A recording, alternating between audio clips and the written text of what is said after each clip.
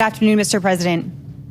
A study by the Marine Corps revealed that mixed-gender combat units performed notably worse and that women suffered staggeringly higher rates of injury. Just one of those statistics showed that mixed-gender units took up to 159% longer to evacuate a casualty than all-male units. As the wife of a Marine who deploys to combat often, that added time can be the difference between my husband living or dying. Why were these tangible, negative consequences disregarded? And how does the integration of women positively enhance the infantry mission and make me and my husband safer? I don't think any studies are going to be disregarded. I think that what we have to do is to take a look at the particular deployments, the particular situations.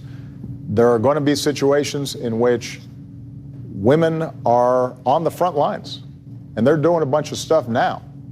Sometimes we can call them combat or not, but the truth of the matter is they're in war theater and they are at great risk. There are going to be other situations in which the commanders in the field have to make decisions about what's going to be best in order for us to accomplish the mission. But the one thing that I do know is that as a consequence of women serving in our military and opening up what used to be closed situations to them, we've gained a lot of talent.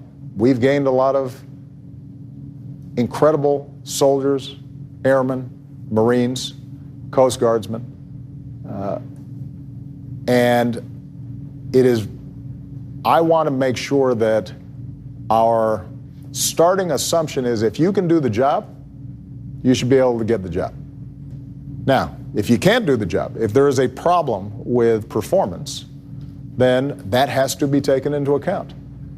But keep in mind that there are a lot of jobs that are considered combat that don't necessarily involve you being on the front lines going door to door in Fallujah.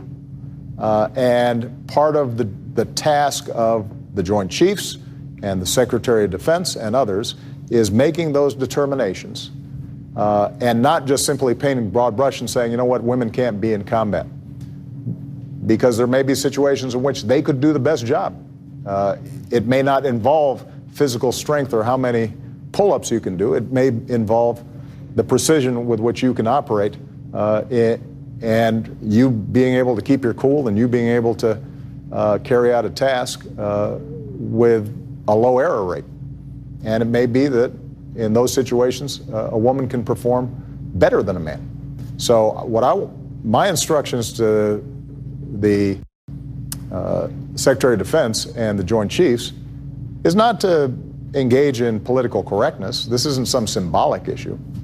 This is, let's make sure that we're not fielding half a team. If we got a whole team, let's figure out who can do what and who can do it best. And if they can do it best, I want to make sure they've got opportunities. I don't want the presumption to be that a woman can't do the job. Because I'm looking at you right now, and I'm pretty sure that you're in better shape than I am, and you could do a lot of stuff I couldn't do.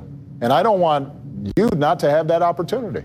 I agree with you that we can't, just out of some ideological notion, make it more dangerous for your husband. But I don't want a military, an institution that starts with the premise that women can't do something. If it turns out they can't do something, then we'll deal with that specific situation. But I don't want to start off with that assumption. Thank you, Ken.